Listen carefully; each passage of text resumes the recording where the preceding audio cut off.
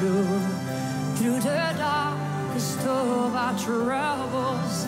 Love is beauty. Ah, c'est pas une page qui se tourne aujourd'hui pour Céline Dion, mais un immense chapitre de sa vie. Après 16 ans à chanter en résidence à Las Vegas, elle va présenter ce soir son ultime spectacle. J'en parle à notre table des communications avec Martine Saint-Victor et Marc David. Bonjour à vous deux. Bonjour. Je lisais Stéphane Laporte dans la presse ce matin qui disait que Céline Dion, à Las Vegas, elle n'était pas seulement une chanteuse, elle était devenue une destination. C'est comme ça qu'il faut voir ça. Oui, c'est une destination et c'est un moteur économique aussi. Hein? Parce que ce qu'il ne faut pas oublier, c'est qu'entre sa première résidence et la deuxième, il y a eu à Las Vegas une récession. Et on a pu calculer l'effet du retour de Céline. Donc, Céline génère à peu près 114 millions de dollars par année en emploi à Las Vegas, etc.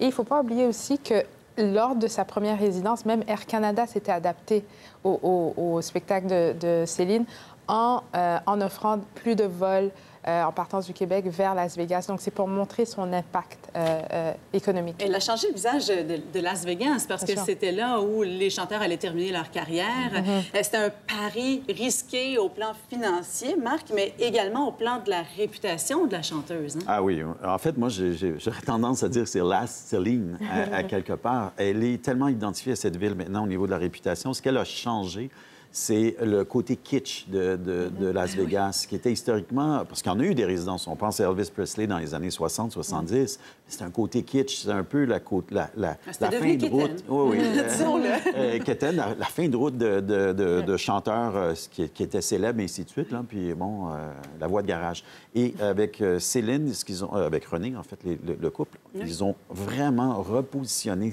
Las Vegas comme étant une destination de luxe accessible. C'est ça, ce que j'aime du positionnement de Céline, c'est l'extrême milieu. Ils sont, en anglais, on dit « middle of the road ». Elle a réussi à concilier à peu près tout le monde dans une perspective de luxe. Là, elle est rendue l'égérie de L'Oréal Paris, avec Las Vegas. Quand on pense ça d'un point de vue, c'est deux extrêmes. Elle a réussi à rallier des extrêmes d'un point de vue de son positionnement. C'est intéressant. Et ça, avec toutes ses activités, elle est en train de devenir une icône de la mode aussi. Tout à fait. Donc, c'est phénoménal ce qu'elle a fait à la ville. Elle lui a donné un statut de respectabilité, d'attractivité. Bien sûr, il y a le Cirque du Soleil aussi, il ne faut pas oublier, là, mais il y a un tout. Extrêmement intéressant. Donc, Las Céline. Et elle a pavé la voie à d'autres chanteurs qui ont voulu l'imiter sur place à Las Vegas. Oui, en fait, ce qu'elle a inventé, c'est un modèle. Parce qu'effectivement, comme Marc le disait, c'était les Dean Martin, les Elvis, c'était le dernier prestige. Et après, Las Vegas a perdu de son lustre. Et ce que Céline a fait en inventant ce modèle, c'est qu'elle a prouvé que d'abord et avant tout, c'était très rentable. Et en même temps, ça lui donnait une vie normale, entre guillemets. C'est-à-dire, elle a pu élever sa famille là. Et pour les autres artistes, c'est intéressant parce que pour eux, ça voulait dire, bon, on n'a pas besoin de faire de tournée mondiale. On n'a pas besoin de partir avec notre famille aux quatre coins du monde.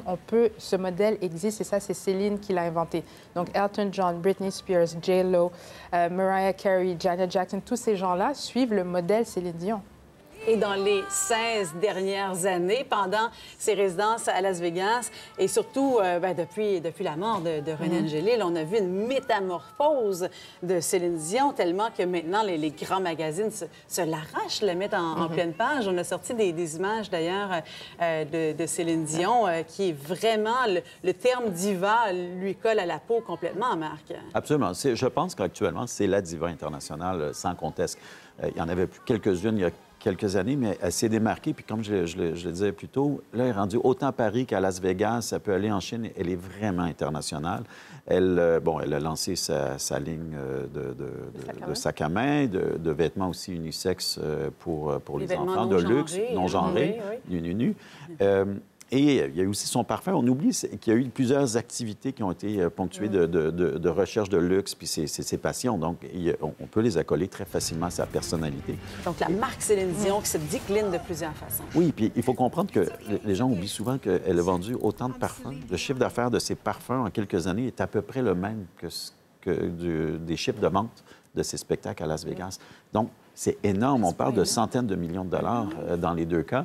Alors, c'est une industrie, c'est une icône de la mode, c'est qui est Ben, c'est une diva. Mais c'est quelqu'un aussi qui a compris les codes du branding. C'est-à-dire que on est attaché à Céline parce qu'on croit la connaître, parce qu'elle a toujours été un livre ouvert. Donc, vous parliez des magazines tout à l'heure, mais quand elle donne une interview, elle se donne complètement. Et ça a une valeur. Et l'autre valeur que Céline a, en plus de sa réputation qui est impeccable et qui est très attrayante, c'est pour ça justement qu'elle a des contrats avec les L'Oréal de ce monde, c'est son talent. Et ça, il faut le mentionner parce qu'on vit une période particulière aujourd'hui, c'est-à-dire des célébrités qui sont célébrités sans talent.